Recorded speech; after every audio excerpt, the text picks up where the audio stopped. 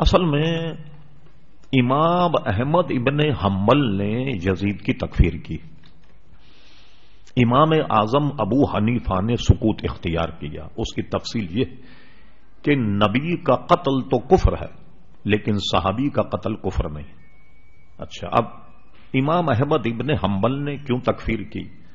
شاہ عبدالحق محدث دہلوی رحمۃ اللہ علیہ نے اپنی کتاب جذب القلوب الی دیار المحبوب میں نقل کیا کہ ہم نے یزید کے خلاف اس وقت آواز اٹھائی یا تلوار اٹھائی کہ وہ محرمات کے نکاح کو جائز قرار دیتا تھا اور شراب پیتا تھا.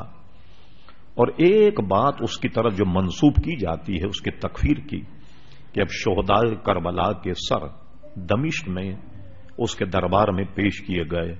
اس نے یہ جملہ کہا کہ میں نے اپنے باپ داداؤں کا بدلہ لے لیا. اور باپ داداؤں کا بدلہ کیا تھا کہ ابو سفیان امیر معاویہ جس وقت اسلام نہیں لائے تو ظاہر ہے کہ بڑے بڑے کے عزیز اقارب جو جنگ بدر غزوہ بدر میں مارے گئے تو میں نے ان کا بدلہ لے لیا. اگر واقعی یہ جملہ اس نے کہا یہ تو کفر ہے. تو یہ بات کہ محرمات کے نکاح کو جائز قرار دینا اور یہ سارے مسائل امام احمد ابن حنبل تک پائے ثبوت کو پہنچے ثقہ راویوں کے، انہوں نے ان کی تکفیر کی. امام اعظم ابو حنیفہ رضی اللہ عنہ کے نزدیک یہ باتیں پائے ثبوت کو نہیں پہنچیں، انہوں نے تکفیر نہیں کی. لیکن اس میں شک نہیں کہ وہ ایک ظالم تھا، ایک جابر تھا اور بہت بڑی اس کے ذہن میں فرعونیت تھی اس کے گناہگار ہونے میں، تو کوئی شبہ نہیں. اچھا، امام اعظم ابو حنیفہ موقف یہ ہے کہ سکوت، یعنی کوئی کافر کہے گا ہم کافر نہیں کہیں گے، کوئی کہے گا تو ہم اسے منع نہیں کریں گے اگر اس کے پاس اس کے دلائل ہیں. لیکن امام اعظم رحمت اللہ علیہ نے خود اعلی حضرت فاضل بریلوی نے اس کی تکفیر نہیں. بہت سے لوگ کہتے ہیں دیکھیں بعض حضرات نے یزید پر لعنت کو منع کیا کہ لعنت مت کی جائے.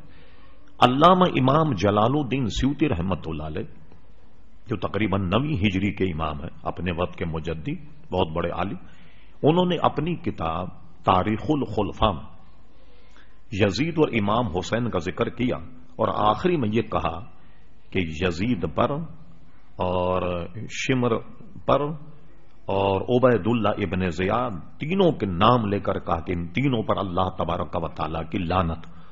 اب جن علماء نے کہا کہ لعنت نہ کی جائے ان میں اس کا مفہوم لوگ یہ نکالتے ہیں جو یزیدی فرقے کے ماننے والے ہیں یا اس کو یزید کو امیر المومنین مانتے کہ دیکھیے صاحب اتنے بڑے بڑے لوگ لعنت کے لیے بنا کرتے، امام غزالی کہتے ہیں لعنت نہ کی جائے، فلاں کہتے ہیں لعنت نہ کی جائے. علماء کا موقف کیا ہے؟ کوئی بھی مسلمان آپس میں ایک دوسرے مسلمانوں کو لعنت نہ کرے. ٹھیک، موقف کیا ہے؟ ایک دفعے آپ بیٹھ کر کے کوئی تسبیح لے لیں اور اس سے کہیں کہ یزید پر لعنت ہو، یزید پر لعنت ہو، یزید پر لعنت، پوری تسبیح پھیر دیں آپ. اور اگر آپ اس تسبیح پہ اللہ کا ذکر کریں، درود شریف پڑھیں تو دونوں میں فائدے مند کون؟ بھائی یزید پر لعنت کرنے میں تو ثواب نہیں ملا آپ کو، لیکن جب آپ نے کوئی اللہ تعالیٰ کی تسبیح اور تحلیل بیان کی اس پہ آپ کو ثواب تو ملا ہے.